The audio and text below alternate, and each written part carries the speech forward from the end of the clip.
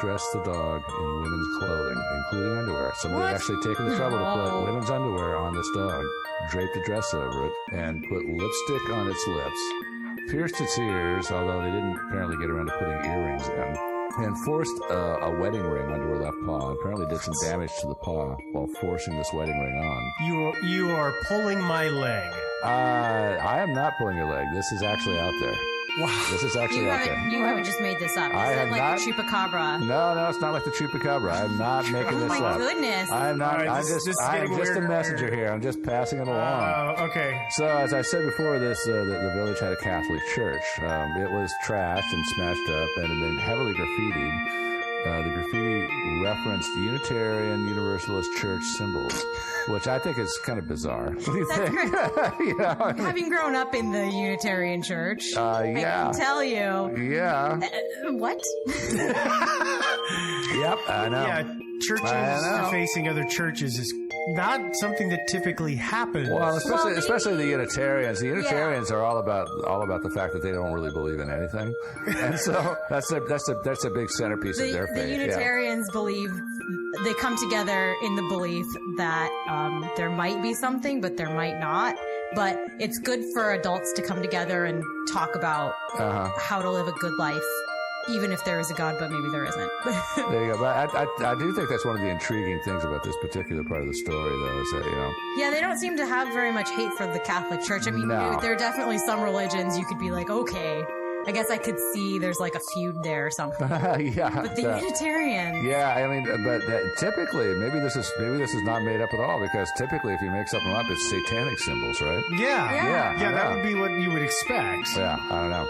Crazy. So, yeah, maybe the person that actually made this up, and I'm not saying it's made up, of course, but maybe the person who made this up didn't understand what the Unitarian Church is all about, and they thought they were satanic or something like that. Maybe. I don't know. Yeah, it could Yeah. be. Anyway, so at the Catholic Church, which of course, as we said, was trashed and covered with graffiti, there was also a graveyard. The graves had all been opened, and the bodies had been removed except for one. This was the grave of a guy named Punki Akalos. Yeah. Something like that. He done. he was a tribal leader who had founded the village years back, and his grave was undisturbed. But the Mounties found that the grave was warm to the touch and had no snow on it because the snow had melted off because the grave was warm. Okay. The other graves had trash thrown in them.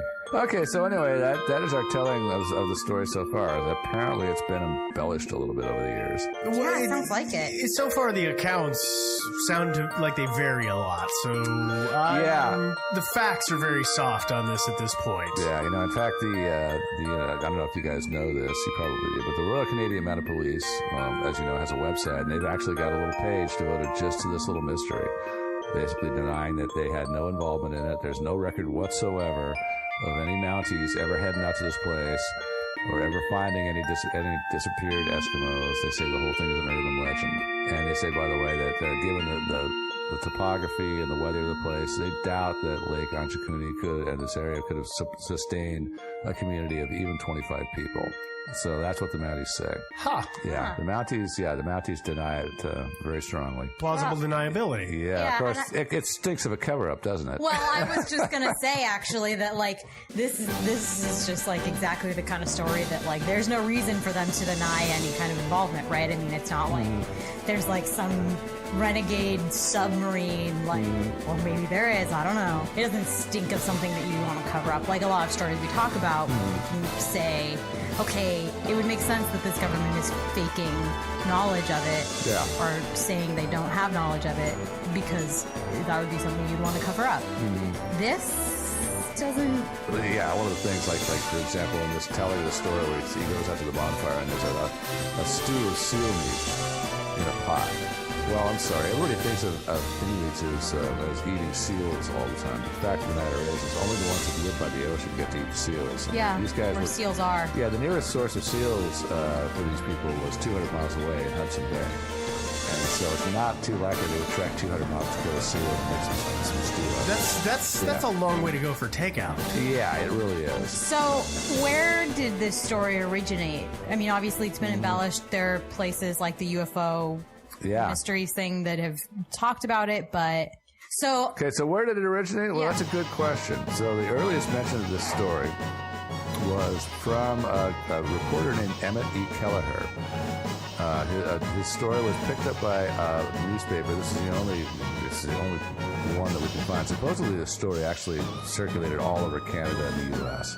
Emmett Kelleher worked for an organization called the NEA, which stood for the Newspaper Enterprise Association.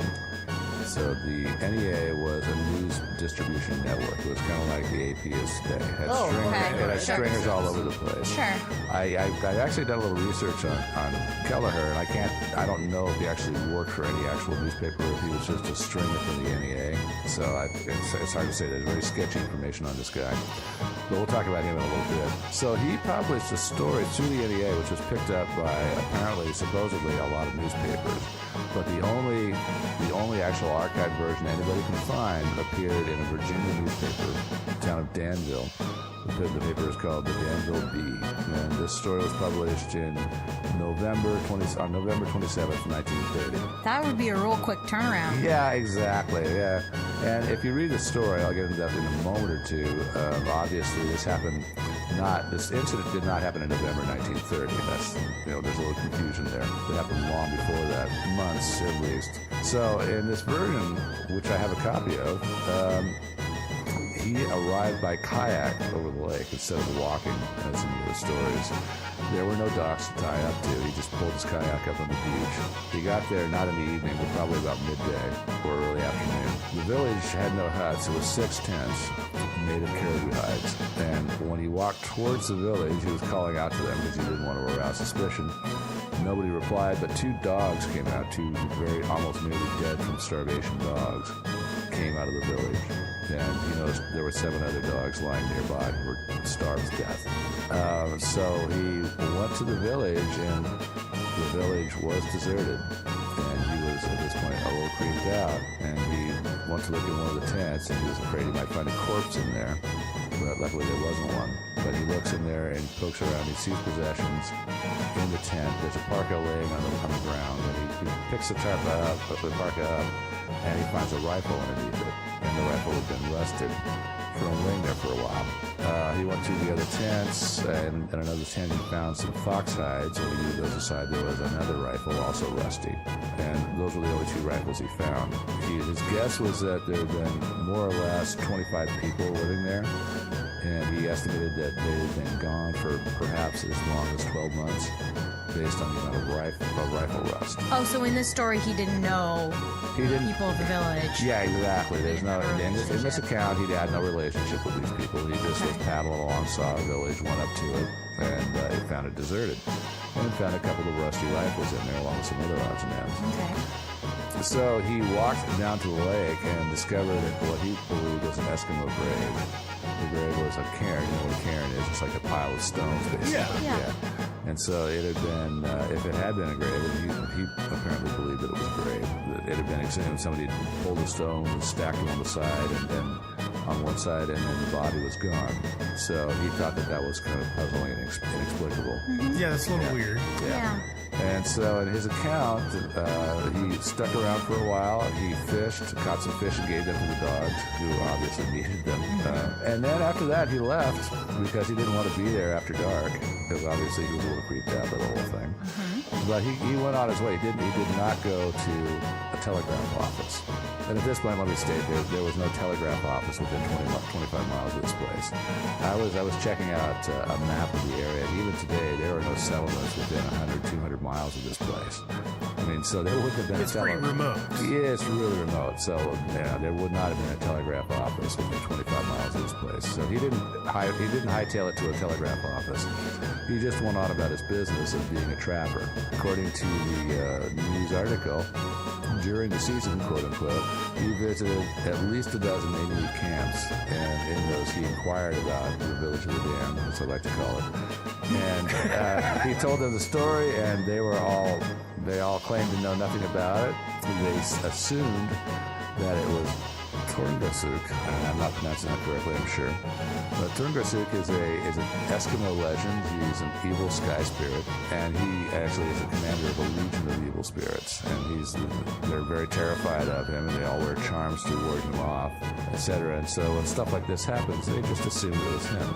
So the article refers to an investigation by the Mounties, but it's a little vague, and it says that they're puzzled. Here's what it says. Officers of the Northwest Mounted Police trying to trace the lost tribe are equally puzzled. They say the tribe may have perished in a blizzard while off on a caribou hunt, although admitting that it is unlikely that all the women and children would have gone along. Pestilence occasionally strikes Eskimo camps, but in that case there would have been bodies. It mentions another couple of interesting clues. A tribe living about 150 miles to the north of the abandoned camp has an adopted 10-year-old Eskimo boy who appears to have wandered into the camp a few months ago and does not belong to any of the nearby tribes. So this is the news story. This is the original accounting. The original account in 1930. Yeah, the boy and the tribe are reticent about things, and nobody has learned anything from them so far.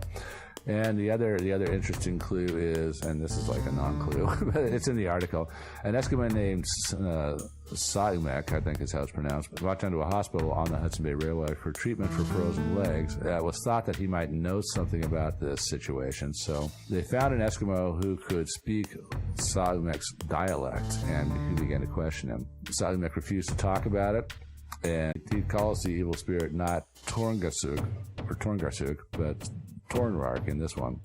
He mentioned Tornvark and refused to answer any questions. They got a bottle of whiskey and tried to get him drunk, but he refused it and didn't tell him anything. That's what the article says. Yeah. Well, that's desperation. They tried to get him drunk and he wouldn't. And so that's it. Those are dead ends. And obviously, both of those. I mean, some random Inuit shows up and you think, I bet he knows something about them disappeared people. And so it's like I don't really know about this. That's about it for that article. Again, written by Emmett E. Kelleher, a stringer for the NEA. It appeared in a number of newspapers, and it pretty much died out. Now, subsequently, other websites have cited, and I found a few of these. They've cited an article in the Toronto Star, of all places, which appeared on November 23rd, 1930. According to this article, the Canadian Mounted Police went out to the lake and came back on the day of the 22nd or 23rd and basically said they had no idea what had happened. So, here, let me quote from it here. The inspector for the Royal Canadian Mounted Police returned today to confirm the disappearance of an Eskimo village in the Northern Lakes region. So he returned with his team's finding today, confirmed the story. The village was indeed abandoned under most strange circumstances. And so this appeared 4 days prior to Kelleher's story in the Toronto Star.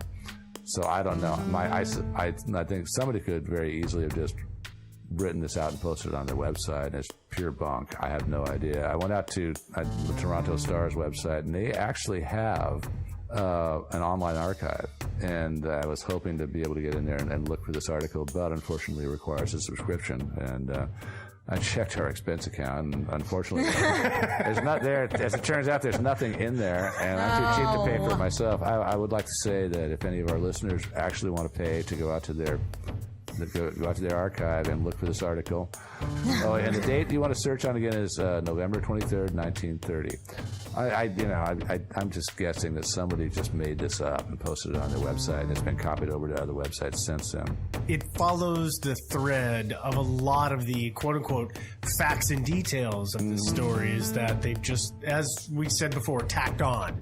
Oh yeah, definitely. And then they gain momentum, and then they're tacked on. I don't know. With other ones. I like the story from the Danville Bee. I think it's it makes a lot. I mean, yes, it's mysterious, but it's believable, right? It's believable that these things happened. He didn't know these people.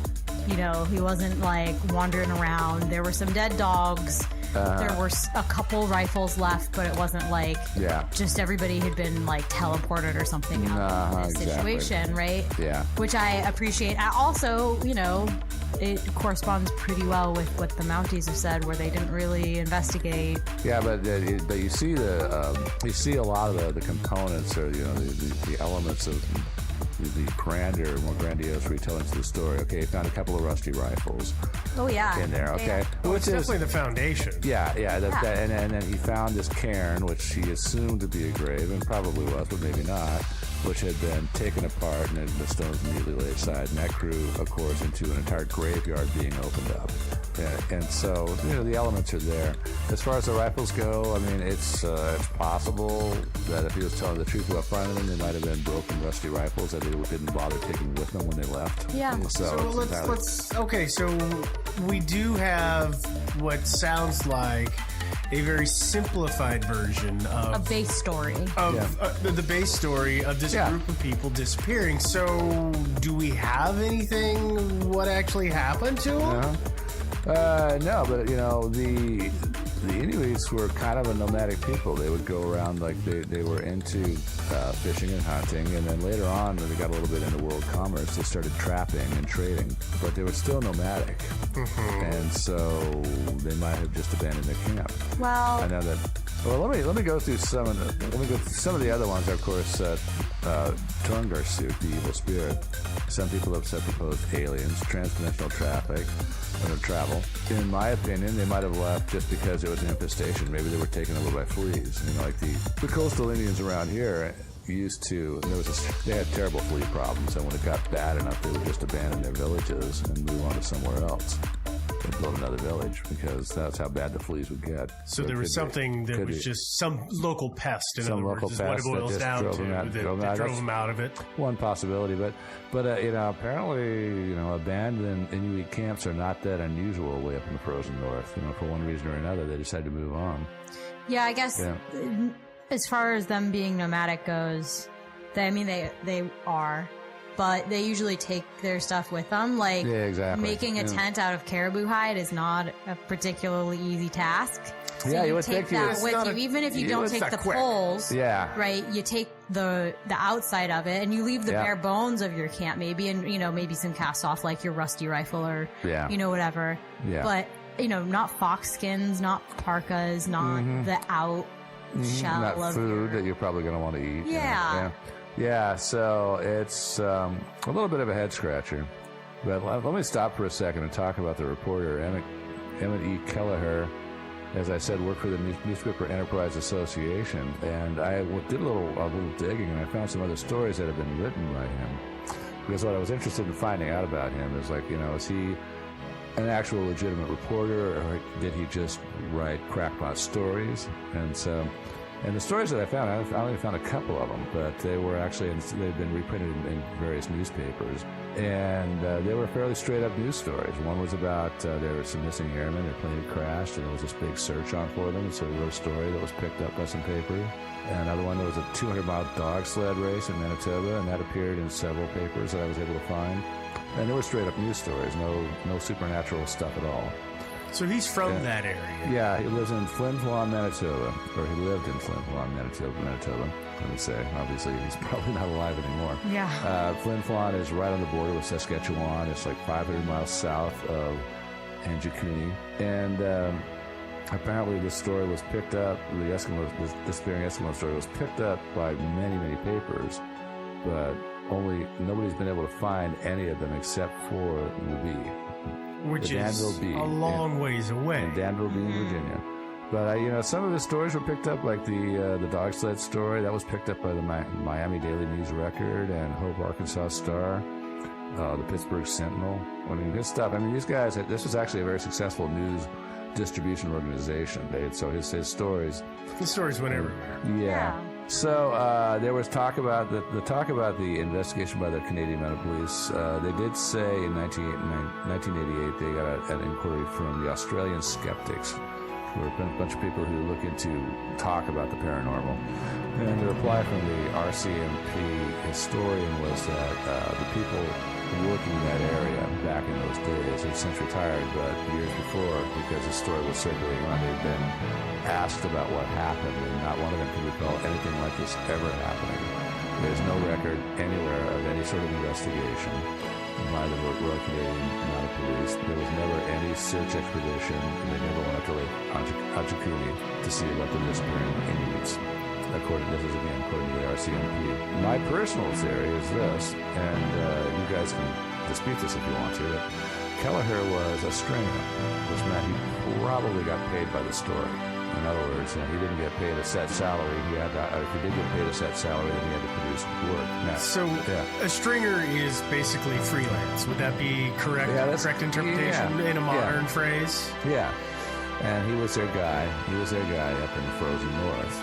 So obviously, when something happened, like this plane crash, well, he got to write some stories about it and make some money. There's dog sled race, same thing. Things are probably up there kind of uneventful. So there's probably not a lot of stories. My best guess would be that he talked to some guy. Maybe there was actually a guy named Joe LaBelle that he had a chat with over a beer. And the guy said, "Yeah, I was out wandering around at Lake Anjakuni, and I came upon this abandoned Eskimo village, and I went and looked at it. It just creeped me out." And so he was saying that probably was like the germ of a good idea, because obviously he wants to make some money. So he probably took this story and embellished it just a little bit. So it's not unusual at all to find an abandoned Inuit village, but one that's they left behind their rifles and their possessions and their dogs and all that stuff. I mean, that's a little sexier. And, the odds of that story being picked up by more and more papers, which would make him more money, are much higher if there's a sexy, sort of mysterious, supernatural element to the whole thing. So you're telling me we're just discounting aliens? Yeah, I'm sorry. Here's my question for you, Joe, is that do we know from any records, or have you found anything in the records about any kind of turf wars in the area among the natives? Mm-hmm. Because this is something that sounds very similar to stories that we've heard, with American Indians, where one tribe would go ahead and walk in and kill the other tribe, and take some of the people away, and just leave the tribe. They didn't burn it like you see in all the old West movies. They just went ahead and took what they wanted, and they left everything behind because they didn't care, because they had enough. So I wonder if this could be a situation where they just came in and grabbed them and took them. I could see that possibility, except this area is so sparsely populated that I can't see a lot of contention for hunting grounds and fishing grounds and stuff like that. It seems like kind of unlikely. I feel like there would be signs of some kind of struggle. There would be some kind of fight. Well, if it's, let's say it's just 6 months to a year later for the time to take for a rifle that's sitting in a tent to rust, a lot of those signs are footprints in the dirt and things being knocked over, but as a year's time goes by, Do they take the bodies and stuff? Is that the deal? I mean, like, if they killed any of the men in the village, is that what you're saying? No, I don't know that they even killed them. I mean, there's all kinds of takeovers where no blood is spilled. I mean, I'm thinking of this grave that this cairn that he saw that was then seemed like maybe had been desecrated, and that was kind of their last act to prove, all right, we own you now, and you're part of us, and your tribe no longer exists because we've just destroyed this altar, whatever it may be, to them.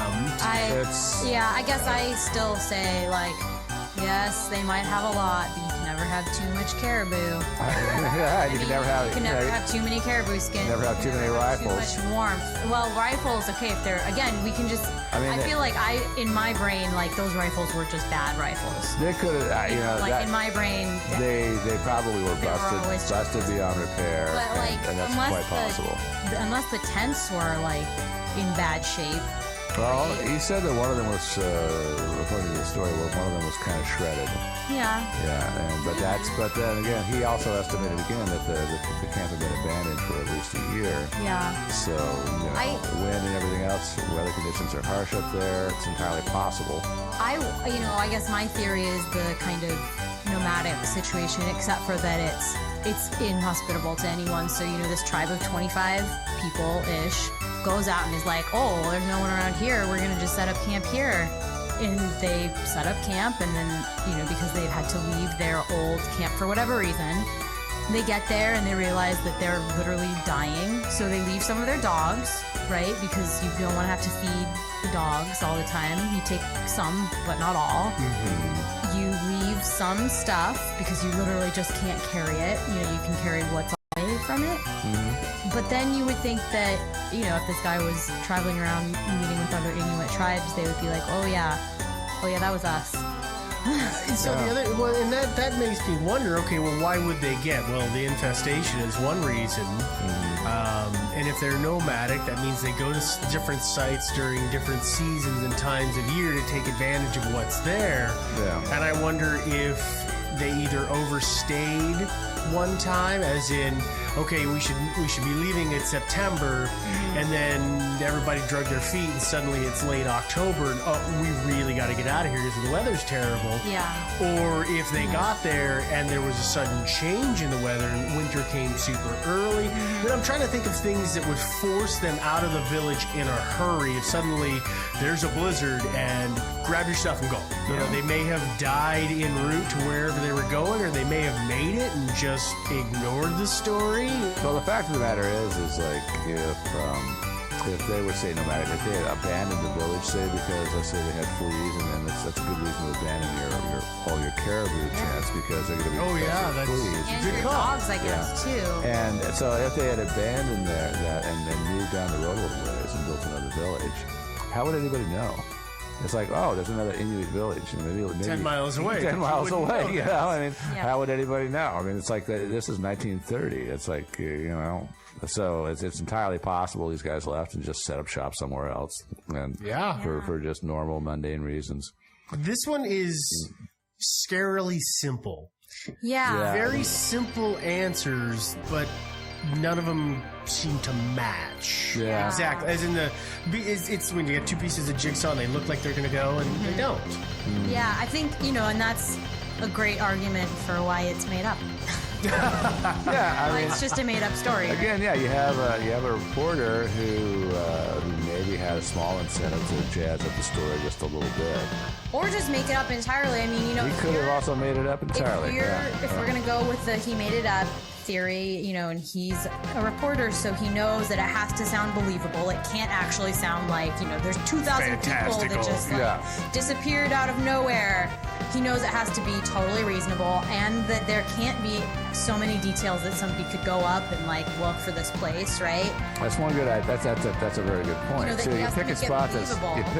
that's like 500 miles away. And literally, Anjikuni is 500 miles away from where this guy lives. Right, and then That's you say, nobody's gonna contact the Mounties, and if they do, there's so many, they're so far dispersed that there's no way. It's 1930. It's not like you can just call over. Well, you could, but it's Canada, so it's like the 1900s, really. So you call over and you say, "Oh, did you guys go up to this place?" You're not gonna do that. Nobody cares. Maybe they probably somebody else must have done it. I don't know where we're going with it. It's just a head scratcher. Well, I don't think it's even a head scratcher. I think it was just a somewhat exaggerated story that we were into telling. So the story actually, let me go into the history of the story too. So originally was published in 1930, then dropped out of existence for decades. And in the 1960s, a guy named Frank Edwards, who wrote a book named Stranger Than Fiction or Stranger Than Science or something like that. I remember reading that book when I was a kid. Actually, I don't remember this particular story.